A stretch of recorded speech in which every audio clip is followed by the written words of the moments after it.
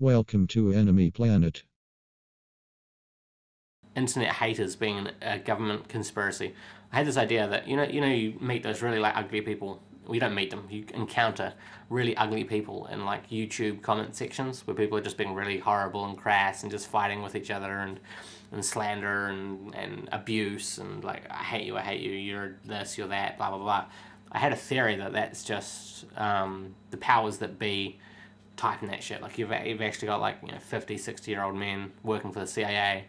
They're the ones that are typing all these comments, and it's to make us think that we're so different and there should be divides between us as humans. There should be so it makes you kind of distrust and dislike your fellow man, which breeds kind of contempt for people in the world and blinds us from the reality that we're actually using the internet to connect, and that connection is so powerful it can overthrow the powers that be. Because we've never had the internet before. We're the first kind of people to ever have the internet, and it has huge implications for mankind, not all of which have been fully realized. But the power of community is very apparent in the internet. For example, Mountain Dew had a competition to name their new flavor of Mountain Dew, and you'd submit the name to the website, and whichever one got the most votes would be the new name for the flavor of Mountain Dew. Well, 4chan got together, praise be 4chan, and they said, right, let's just rig this. Everyone vote for this name. So right before Mountain Dew took the competition off the internet, the number one name for their new flavour of apple Mountain Dew was Hitler Did Nothing Wrong. That's the power of community.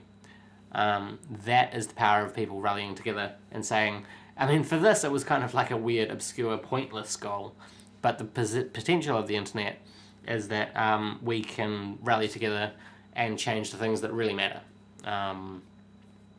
Corrupt government and cults running the world, that kind of thing. And Taylor Swift did, I think it was Taylor Swift, it wasn't? Yeah, it was Taylor Swift, did a similar competition where she said, vote for the number one school and I'll do a performance there. And the number one school that was voted for, again, 4chan, praise be 4chan, and the school was the school for the deaf. I think she actually ended up doing the show with an interpreter. But that's the power of community. That's the power of the internet. And people that are sitting in their Corinthian leather chairs in corner offices in skyscrapers wearing Armani suits and Gucci sunglasses are trying to stop us from realizing the power of that. Because it is the power that can change the world, boom, instantly. Especially with social media and the way that sharing exists in social media.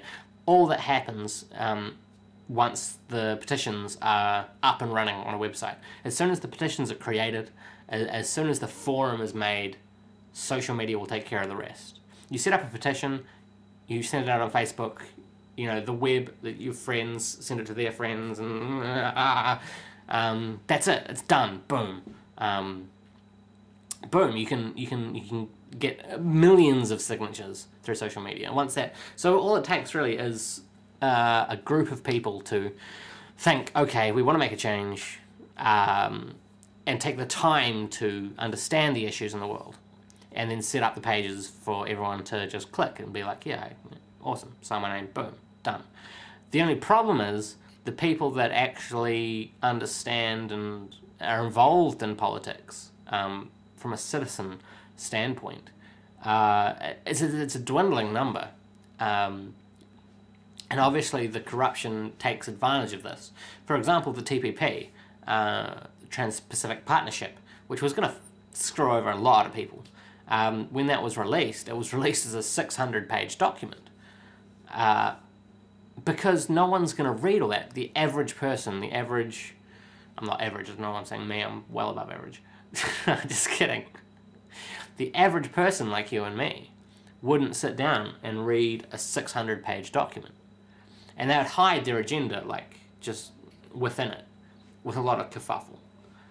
And the main problem is, there are people that read the whole thing and understand it. And they're the ones that put their hands up and say, we can't let this bill pass. But the problem is, the people that are running this game use information in a modern day age kind of way.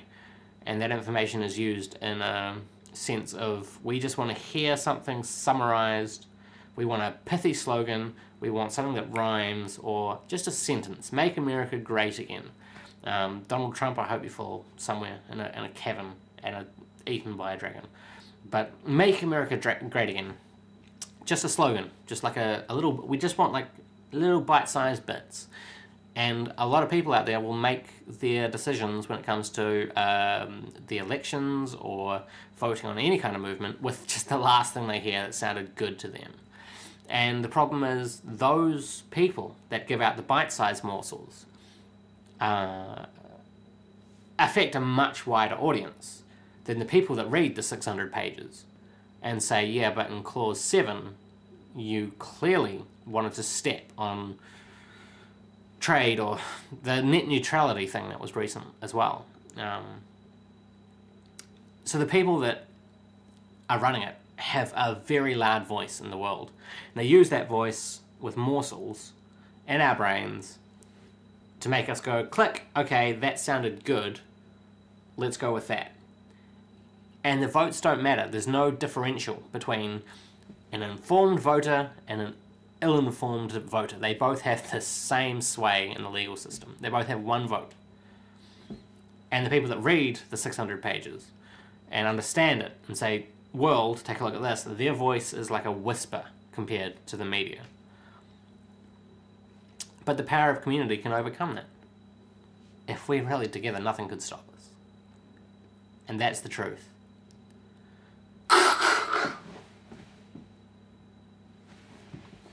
That was a Bill Hicks reference, for anyone wondering. Okay, I'm logging off now. Thanks, guys. This has been me ranting insanely. Enemy Planet, I'm Prince Panda. Have a damn good day, and week, and month, and year. Just have a great life. I don't know you, but like I really want you to have a great life. Like I mean that. Like, go to Barcelona. If you can't afford Barcelona, get on a bus and just go to a new part of town and have some fish and chips. You know, that's all you need. Love you guys. Peace, love, harmony. Enemy Planet. Prince Panda. Don't ask me where I got that name. Sayonara.